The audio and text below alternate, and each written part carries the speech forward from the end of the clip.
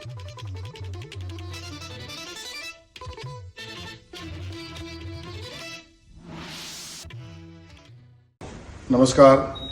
जय महाराष्ट्र, जय भीम.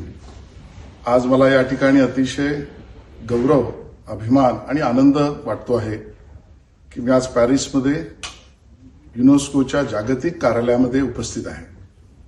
आमचे सन्माननीय अँबॅसेडर विशाल शर्माजी हे सुद्धा माझ्याबरोबर या ठिकाणी उपस्थित आहे आणि जगभरातील जे देश पुरातत्व आणि त्या संदर्भात सांस्कृतिक देवाणघेवाणीसाठी जगभरातले विशेष व्यक्ती या ठिकाणी येतात, अभ्यासक येतात आणि जगभरातल्या संस्कृतीचा परिचय आणि बरोबरीने पुरातत्व विषयातल्या अभ्यासाच्या सगळ्या घटना इथे होत असतात.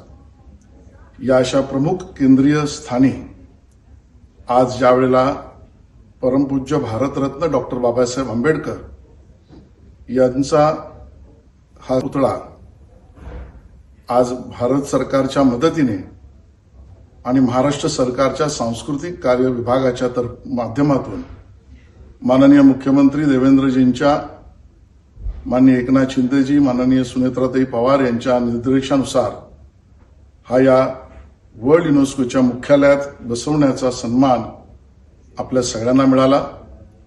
परमपूज्य भारतरत्न डॉक्टर बाबासाहेब आंबेडकर यांचे विचार विश्वाला समानता, एकता, बंधुता, समानत्व याचा विचार देणारे आहेत आणि म्हणून बाबासाहेबांचा विचार भारताच्या संविधानाची 75 वर्ष पूर्ण झाले त्या निमित्ताने नियोजन केलेल्या कार्यक्रमानुसार या ठिकाणी पुतळा बसवण्यात आला.